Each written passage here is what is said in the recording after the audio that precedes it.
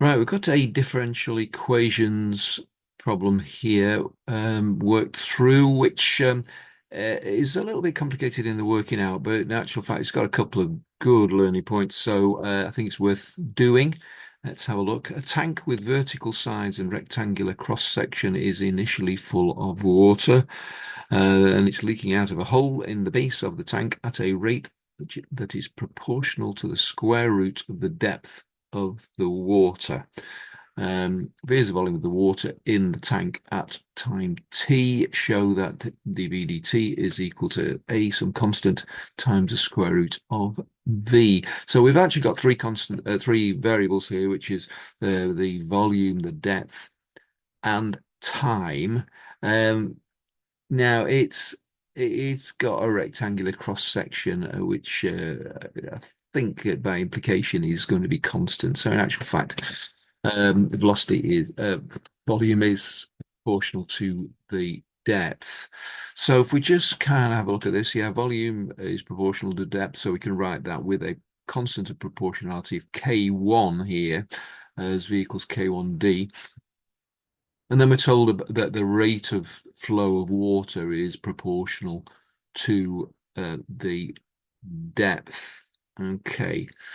So we can write dv dt equals K3d. That's another constant.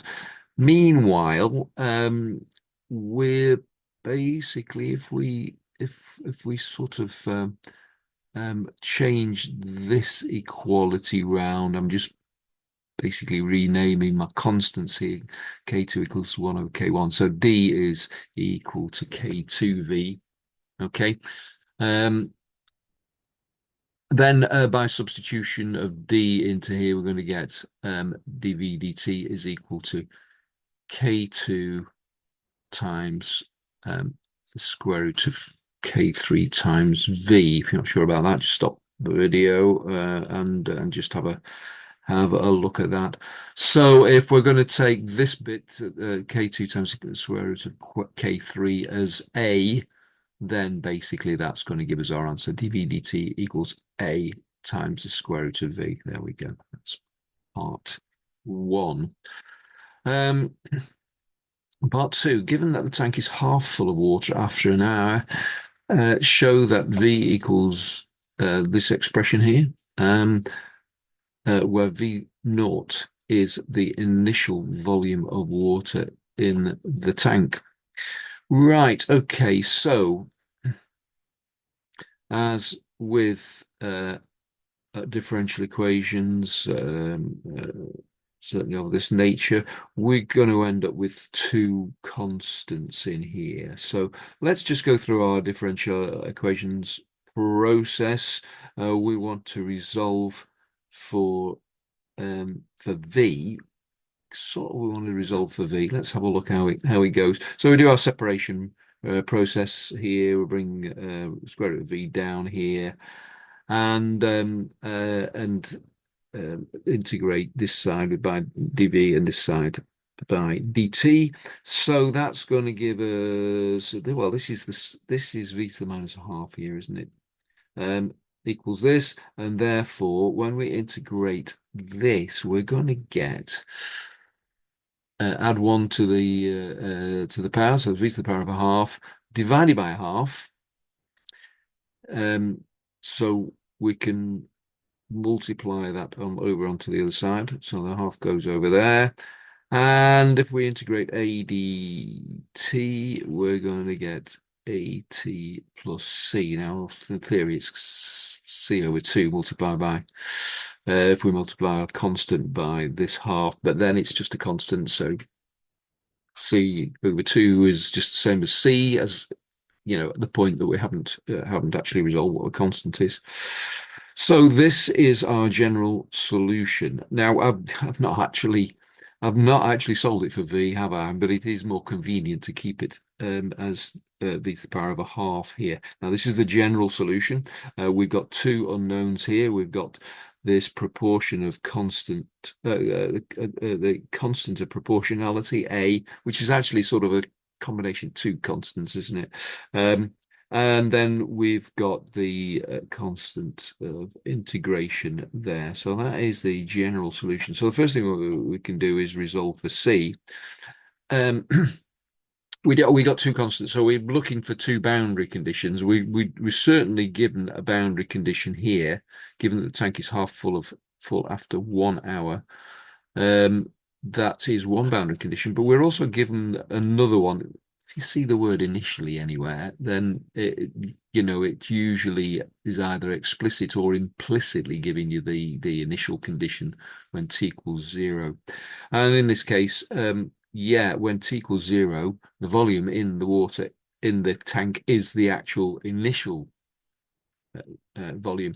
We don't actually need to know the value of that. And there's nothing in this whole problem that's actually asking you for the value of the volume of water in the tank. So, and that is something that characterizes some of these problems. So if you are concerned when you see that you're not actually given values for these things, then fear not, because it doesn't matter. Okay, so if we actually substitute t equals 0 into our general solution here, then it's basically going to give us that v to the power of half equals c, because this t term drops out. Okay, so rewriting our general solution with that resolve, then we got v to the power of a half equals half at plus this constant, v0 to the power of a half. Right, so that's done that bit, but now we want to resolve for a. In actual fact, we're going to resolve for half a in effect here. Taking our condition after a 1 hour, then it's half full. That's what we've got written there. T equals 1, v equals half v0. Right, so we're just going to substitute those into this equation. It's going to give us that. Rearrange so we've the explicit in 1/2 a here. And factorize out v0 to the power of half, giving us that. Okay. So we've got our half a there. We can now substitute that back into this equation to give us this lot. V to the power of half is equal to v naught to the power of half into 1 over root 2 minus 1 all into t plus v0 to the power of half, and we can factorize v0 to the power of half out of this expression here to give us this.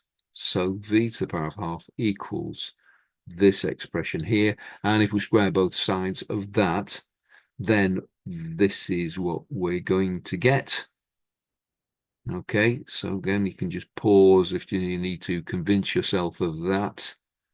And that is the particular solution because that is with both of those constants resolved.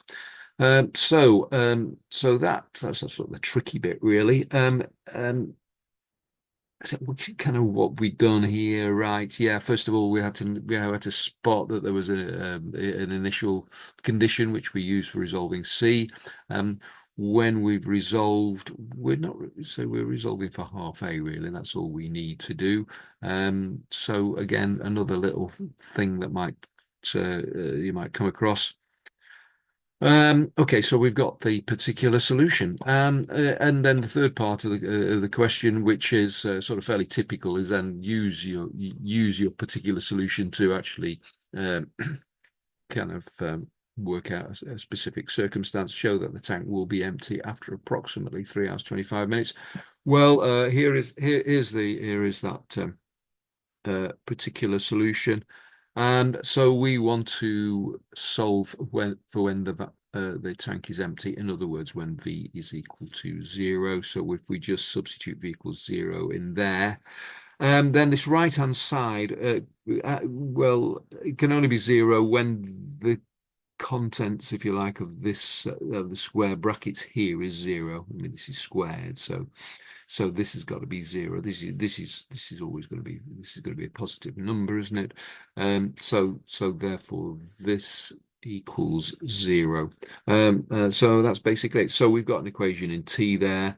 We can reorganize to make it explicit in t, and then we can just stick this in our calculator. We could reverse the signs on the numerator and denominator if we wish, but obviously makes no difference. We do our calculation and it comes out to this figure 3.41, etc. So that's 3 hours and then some proportion of an hour, which we can then work out to be 24.85, etc. minutes, or more or less 3 hours, 25 minutes. Okay, so just to recap, I mean, two of the key points here really are, yeah, this is a three variables problem. But actually we can resolve for that. We're sort of sorting that bit out in part one when we come up with our initial differential equation. And the other thing is we do not actually require any values for the volume, and therefore we don't actually need a value for the initial volume either. It can just stay as V0 all the way through. And basically, that's it. So hopefully that's been useful, and thank you for listening.